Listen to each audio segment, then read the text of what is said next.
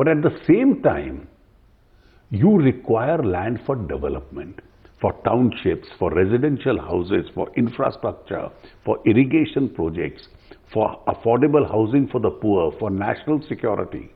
You require for commercial users, for industry, for growth you require land. So whereas the present act is a welcome act insofar as it gives a higher compensation, it has too many complicated procedures which slow down or almost make it impossible to acquire land which is required for a developmental purpose. Therefore, some part of the oppressive provisions of the act will have to have a fresh look at. And I hope the Indian political system is mature enough to think in terms of doing that, because if the interest of the farmer and the adequacy of compensation is important, development is also equally important. So you are saying that you are ready with a blueprint as far as amendments to the Land Acquisition Act is concerned? I am merely stating a principle which people must have a look at. It's for the government to collectively apply its mind. Speaking for myself, my personal view is what I have expressed just now to you. It's purely a personal view, and I hope my colleagues in the government also accept this particular view, and so do other people in the Indian political process. Mr. Jaitley, the question here is also that industry, after the euphoria of the Modi government coming, the full majority that you've got, somewhere still feels that India is still not reaching that level where investments will come I'll tell you, and flow as freely as you would want them to. There is a positive environment, there is a positive attitude. People are looking at India. They are waiting and watching as to the pace of the reforms. As far as real capital is concerned, its inflows have now to come in and expand. One area where we are still lacking is manufacturing. That's why the Prime Minister has started giving this call for the Make in India program, so that manufacturing itself picks up. And unless manufacturing picks up, India won't be able to grow. And I think if we are to reach modest and moderate levels of growth, manufacturing has to pick up. So apart from the atmosphere that has been created, what are the 3 or 4 things that you are likely to do in the next few months to actually kickstart that entire process, which right now is a statement of intent, hasn't got into action? I think we've demonstrated that we are a decisive government. We've demonstrated that we are going to have ease of doing business in India. We've opened up investment in various sectors. Defense, for instance. In my capacity as the defense minister, there are a lot of reforms that have taken place in the last 4-5 months. We've increased FDI to 49%. We've delicensed items. We are trying to make India into a manufacturing hub as far as defense is concerned. Now, these are all insurance. I've opened up insurance. I hope to pass the insurance bill in the winter session, and $7 to $8 billion of rupees is just waiting to come into this country in a sector which is otherwise investment starved. Now, all this is going to generate a lot of economic activity. I think a positive environment is created. It has to be now translated into results. The Congress party has often blamed the BJP that you didn't let the insurance bill go through, despite in principle being agreeable to the actual intent of that bill. Why do you think the Congress party will now support you? I think the original culprit was the Congress party. When during the NDA government we suggest 49, it's the Congress party which opposed it. When they suggest 49, some of our colleagues had reservations. I at least never had reservations on 49. I've been talking to the Congress party, and I see a positive attitude of the Congress party at the moment. As the defense minister, don't you think there is a dichotomy in the government's point of view as far as its dealings with China is concerned? At a time when you were welcoming the Chinese president here, you had your borders really virtually being breached there, and then a statement came later, almost 2 weeks later, that both sides have agreed to go to the pre-September position. Somewhere, there is no dichotomy. We had a dialogue with the Chinese. There was a visit at the highest level, and we expected a certain amount of reasonableness. But as the visit was taking place, we also found there was a violation in Chumar which was taking place in Ladakh. We took up this issue very strongly. We used diplomacy and military action to resolve it. soldiers were almost eye-to-eye contact with the Chinese soldiers. We didn't allow them to breach anything. And we used diplomacy as an instrument, and finally the Chinese had to retract.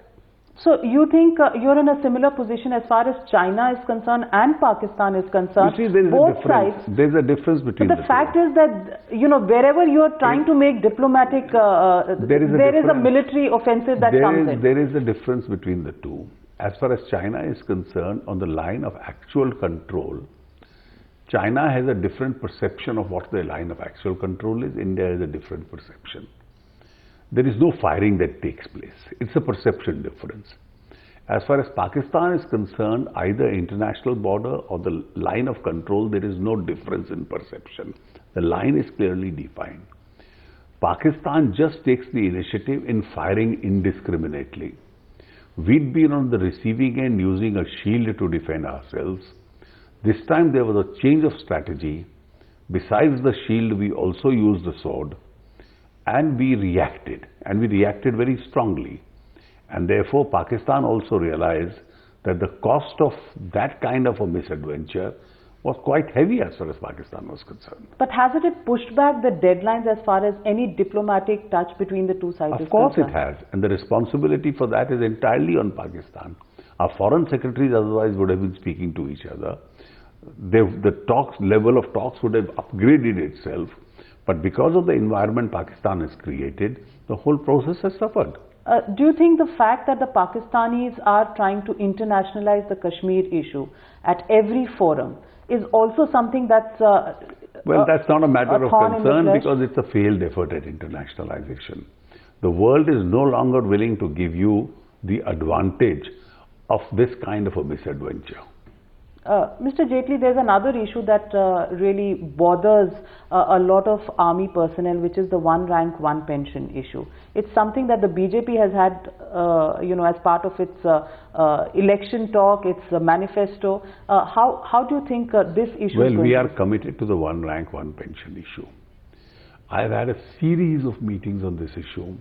There were many issues with the Indian Army with regard to various directives to be issued, the War Museum, the War Memorial. All of them have been resolved by this present government. We've been decisive. This is one issue on which discussions are going on, because whereas we accept this issue in principle, there is a difference of perception amongst various people as to how the calculations are to be made. I have now in the final decision of deciding how the calculations are to be made. Prima facie, I find it difficult that the government will be able to decide, the services will be able to decide, or the ex-servicemen will be able to decide. It is quite possible that I may have to refer it to an independent tribunal to decide how the calculation with regard to this is to be made. I am in the process of discussing this process with the services and the ex-service persons league, and once this decision is taken, probably I'll be able to resolve that issue. So it will go to a tribunal, and the time frame when that's exactly the issue can be expected to be resolved? I am currently working on that proposal.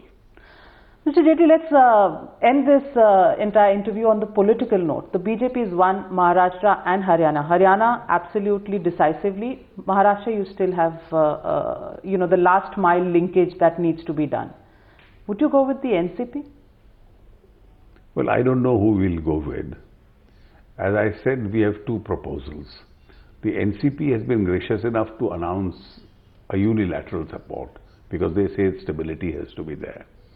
The Shiva Sena has been a natural ally, and the Shiva Sena and the BJP are communicating, not actively but at least through gestures. And I am sure it will mature into some kind of a dialogue.